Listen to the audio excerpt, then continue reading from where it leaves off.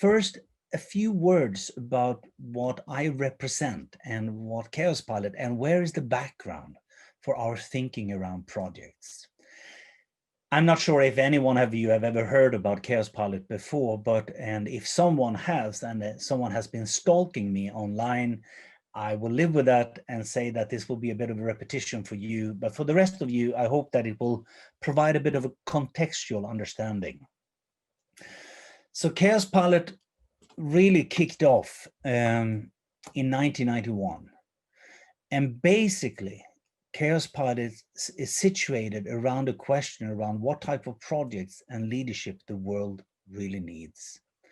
That means that we, as opposed to many other schools, have an ongoing conversation of how can we maintain relevance and how can we become or maintain some sort of uniqueness in all of this. And there are ample stories how world events have changed the course of the school quite dramatically, leading back till its inception. Today, the school is on the peninsula. So if you go north of Hamburg into Denmark, you will eventually end up in our small city. And for those of you who haven't been there, it's quite a small city. We are around 300,000 people, which makes us the second largest city in Denmark, and about 6 times smaller than Copenhagen. We run a full-time 3-year program, which is often considered our flagship program, and which is the program that have changed over the years, but it is the program that we have been known about since 1991. Today, we run a number of professional courses from stretching from Australia to Canada, basically. Many of these are situated either on leadership, experience design, or some sort of teacher education, educational design. We also do a number of more customized programs with organizations. We work with around 200 different organizations a year, and we have worked with more than 10,000 organizations over the last 30 years. So if you want to look at Kaospilot, you can think about us as a coat. We have a very large coat, but our body is very small, because as an institution, we are a microscopic institution size-wise. We are often viewed as a business and design school. What does that really mean? Well, it means that we don't do everything a business school does, nor do we do everything a design school does. We are predominantly oriented from the business side on entrepreneurship, leadership, project, and organizational development. From the design school, it's far more around design thinking. It will be far more service design, brand design, and experience design. And this is where we meet a lot. We, as I mentioned earlier, we started out in 1991, and that actually has a direct link to your country, or for those of you at least that comes from Germany, because we started on the whole thing that happened was the situation for most of us in the 80s. So as some of you may recall, and probably all of you have went through in school, is that as the 80s were coming to an end, there was a lot of changes going on in the Soviet Union. And Gorbachev had risen to power, and he spoke about glasnost and perestroika. In Denmark, there was an organization who still exists, who is called Frontrunners. And Frontrunners were very different compared to any other type of organization at the time, because it didn't really have an agenda for people that it was working with. It worked with young people that didn't have a job, that were not cut out for university, and so forth. And in Denmark at the time, youth unemployment was around 23–25%. So it was quite a large group of people. And we needed new initiatives, and Frontrunners were one of those. And the Frontrunners were asked to join a project which was about disarmament and helping Soviet Union and US to disarm their nuclear arms. And it culminated in a project that in 1989 brought Frontrunners to Soviet Union. And a bit of the background around that was that we were invited by a group called Next that had that as an explicit aim, disarmament. And they asked if we could join. And they had asked, and so when we heard about the project, they said, and we asked them, so, well, do you have any permit so we actually can go to the Soviet Union? And they said, no permit. And we said, do you have any money? And so we can make the project happen. And they said, we have no money. And we said, would you even know what we are going to do if we actually get into the Soviet Union? They said, we have no idea. And then we said, we are all in. That's the type of project that we really want to engage with. That type of sentiment is carried a lot into the type of project and our views of the project, that very often we simply don't have everything planned out when we start, which I will return to towards the end of this session. When we came into the Soviet Union, we were around 2,000 people actually that went into the Soviet Union. And we did cultural and social events in both Leningrad and Moscow. At the eve of this event in '89, we were asked by the Danish TV on when do we think changes will be coming to the Soviet Union. And the leader of the frontrunners and the first principal of Kaospilot, he responded by saying, changes will certainly come. 10, 15 years from now, everything will be different. As we know now, a few months later, the Berlin Wall came down. And that really left us with a number of questions. So if you can take 2,000 people into that country and you can plan it and work with it for a year and you don't see these changes coming, you need to pay attention to how your ears are geared. What do you really sense? What do you really hear about what goes on in the world? The other thing was that even if this was a massive success in terms of culture and the social side, it was close to a disaster in terms of financial and the financials. And you could argue that managerial wise, there was a lot to be learned. And that left us with a question around what type of education would we have needed in order to make such a project happen? And that sparked the birth of Kaospilot. So Kaospilot grew out of the street and not from an academic institution. It grew out of a direct need about what is this new world calling for and what type of skills, what type of attitudes, what type of knowledge is important to make that happen.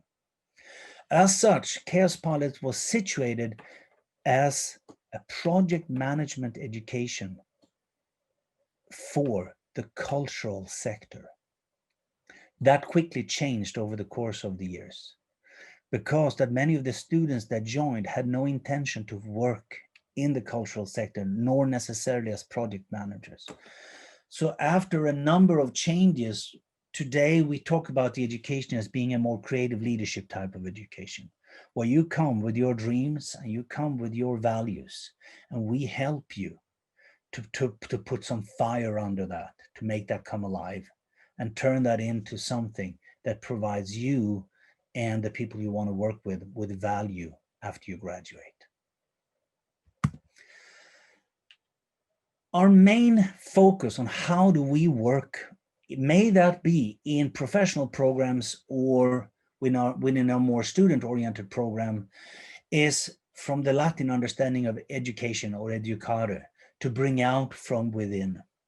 Our view is not that people have empty heads and we open it up and we turn in some knowledge and then we close it and we kick them out. It's quite the contrary. We assume that people, organizations, system, they basically have most of the knowledge needed. What they do need is to supplement that and get it organized in a different way so they can make something different happen. But that is very often also how we work with organizations. We rarely come in as perhaps McKinsey or others, making a substantial analysis and say, this is wrong, this is how it should be done. We more look at it from a system perspective and say the system probably holds most of the answers and most of what is needed. We just need to bring it out. Kaospilot can be considered an idea about what motivates people to learn, create, and lead.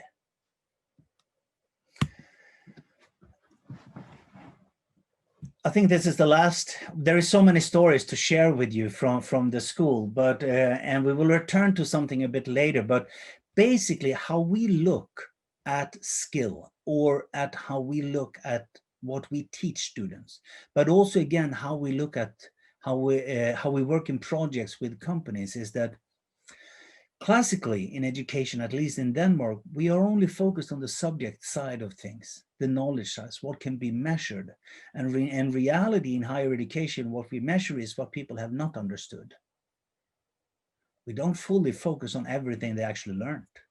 If you would take any team of students that we send out into the world from Kaospilot, they learn thousands of things that we simply do not measure. They learn so much more, but it's simply not part of the curriculum. And what we are aiming for in our side is, of course, to have a more 360 degree towards that. What is it that you have learned? Not only what did we expect you to learn? But beyond that subject side to thing, we focus on three other areas. One is the social side, meaning that there are simply very few jobs left in the world where you don't need to be great in working with other people. We have 7 lighthouses in Denmark. Here you can work in isolation. Every other job, you are depending on your social skills, your ability to build networks, coalitions, get work done through others. But there is also something about action. There is a lot of people that know a lot of stuff, and they actually know a lot of people. You can just look at our social media platforms. We know a lot of people, but do we get anything done? Or do we wait? Last but not least is the change part. Are we able to align? Are we able to adapt to changing conditions? Now, if you look at this from I'm not sure what experience you have in your personal or private life, professional lives, but if you look at this from a position of what is needed in order to be hired, well, knowledge is simply not enough anymore. You need something on the other part.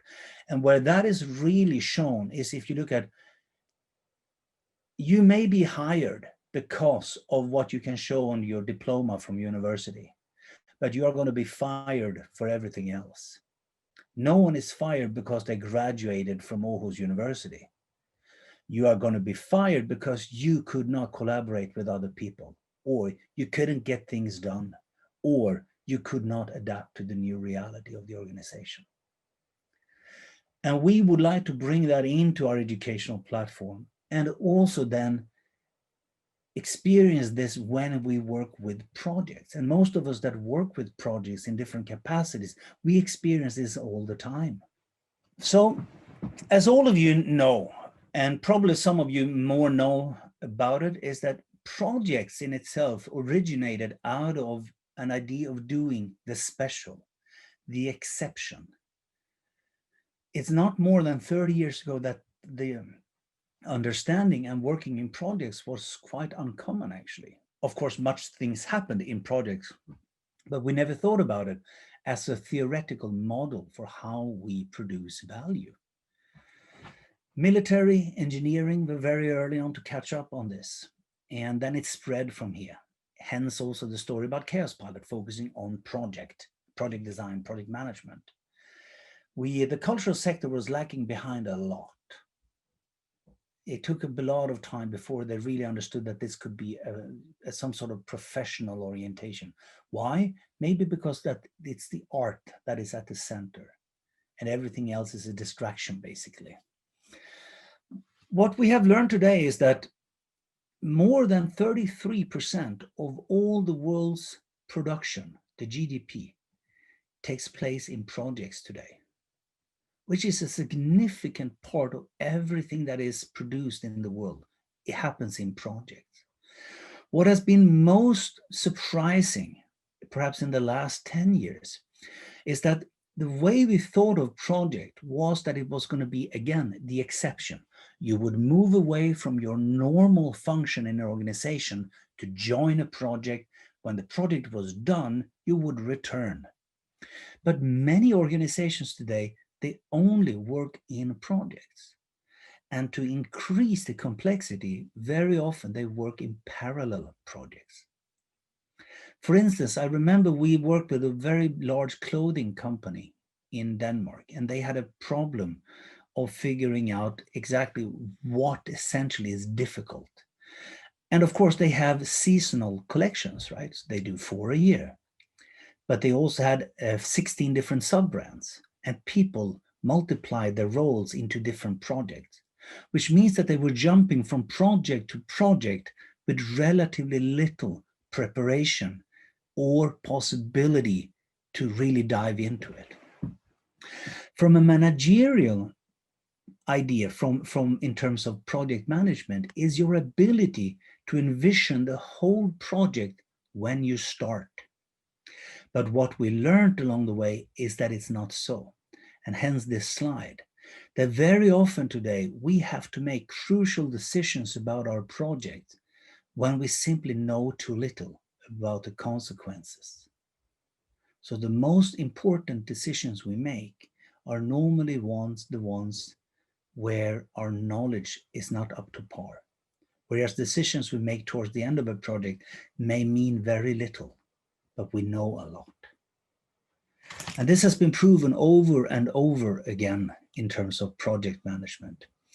So how to do with it? Well, one could be that you try to make less decisive decisions too early, perhaps, or that you try to organize things slightly different.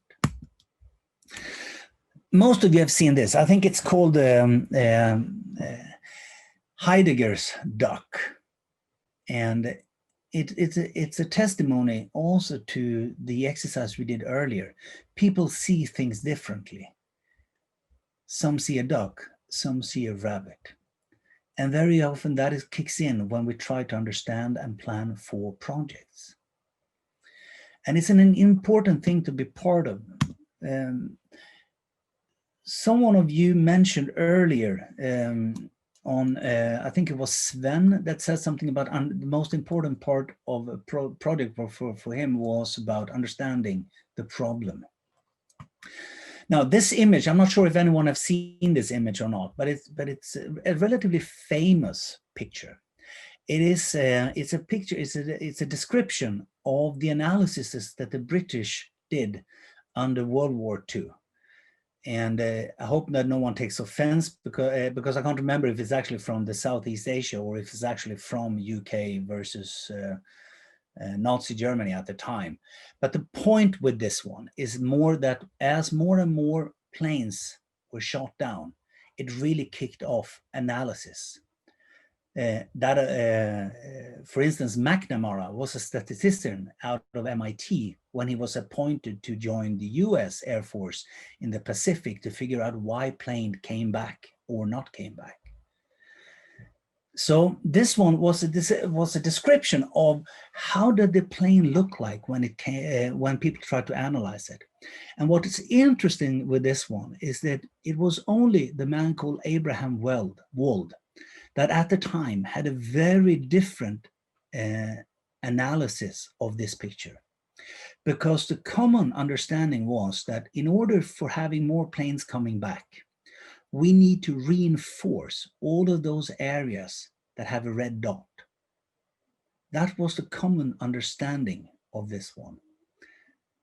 Abraham Wald said differently. He said it's not these areas, it's everything else.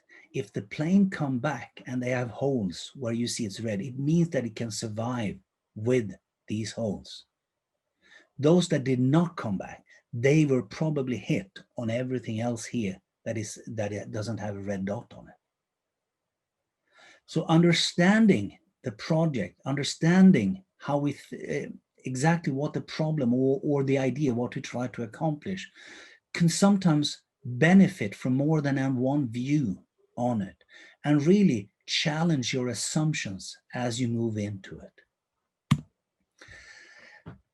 We try to live by this one, that all of us has been flooded with Gantt charts and different types of technology and tools in order to make projects more efficient.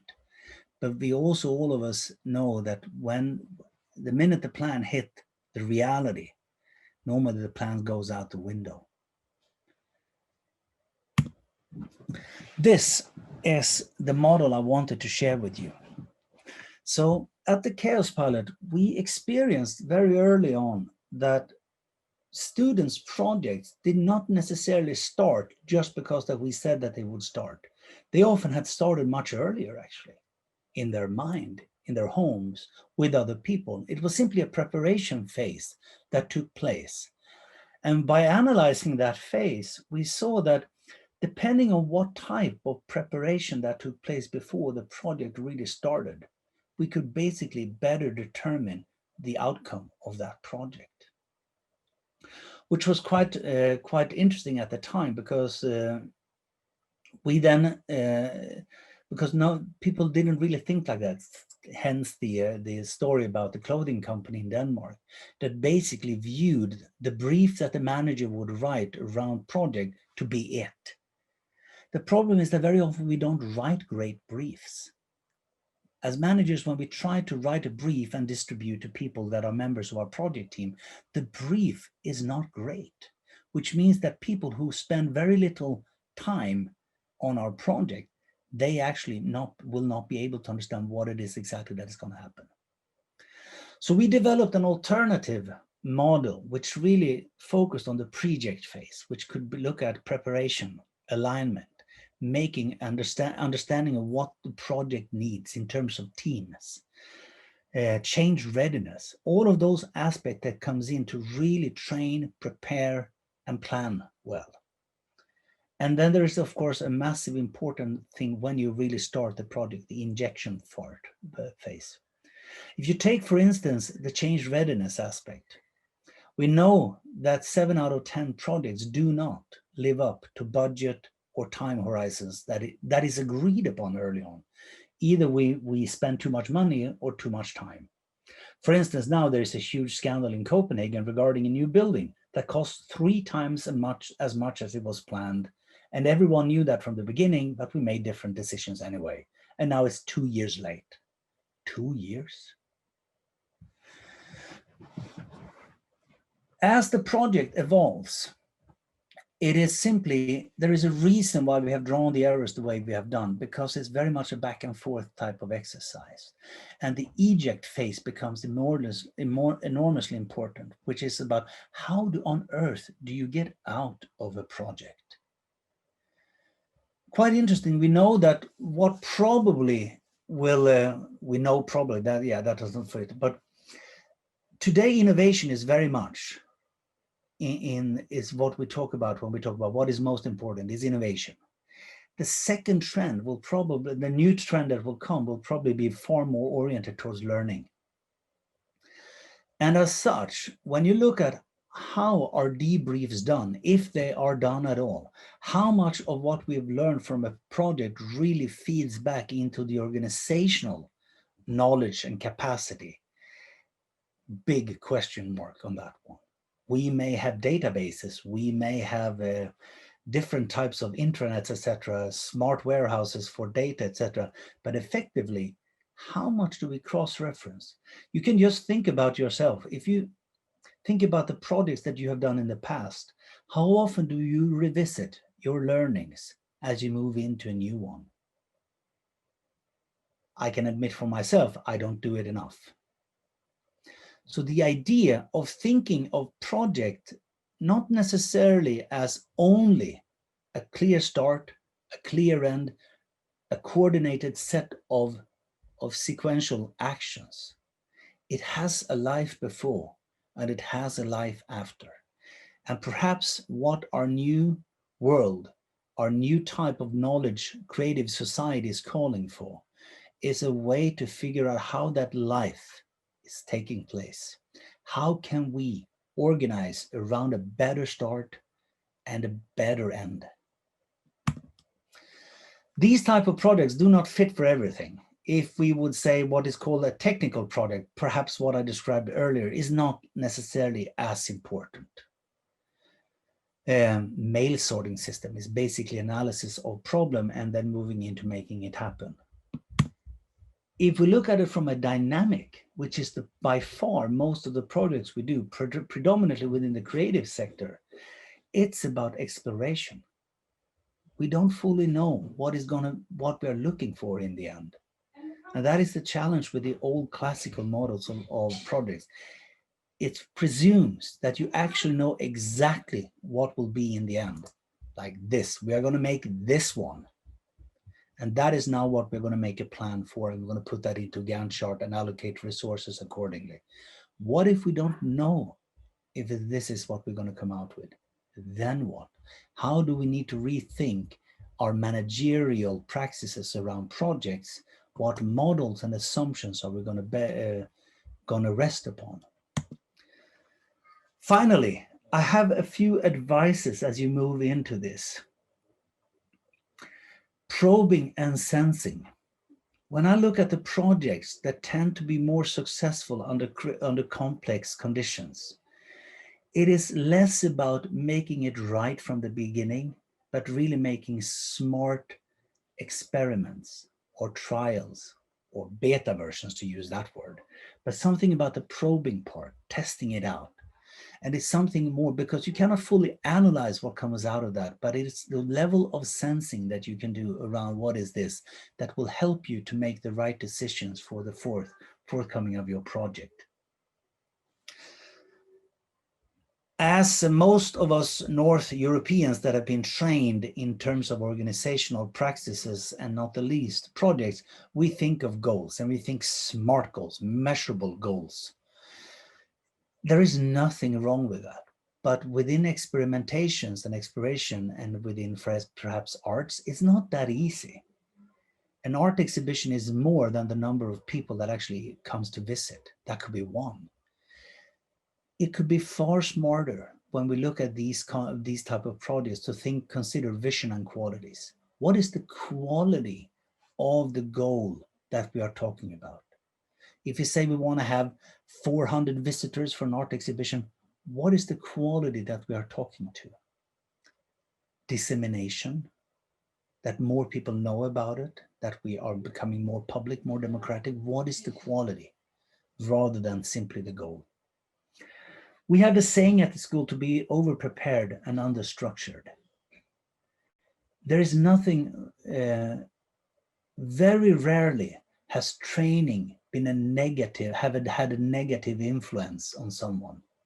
The German national team in football, there is a reason why they train. It is not because that we simply think that someone can enter into the football field and just be great. People become better because they trained.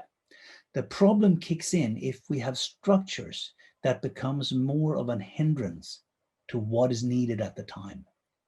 So structure should be something that is created around the project, not to be something that to be hindered by.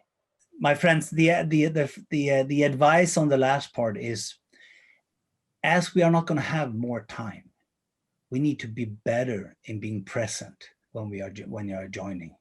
It is simply as simple as that. This was a very short introduction to how we work and how we think about complex projects and complex project management. It's a full catalog of tools and methodologies that we have around it. But during 1.5 hours, I hope more that I brought out some of these small snippets that could help you in terms of, for instance, I do art, the checking part, and the model that projects in the coming world will have a story before and a story after. And as project managers, we can curate both the beginning and the effects better than we do today.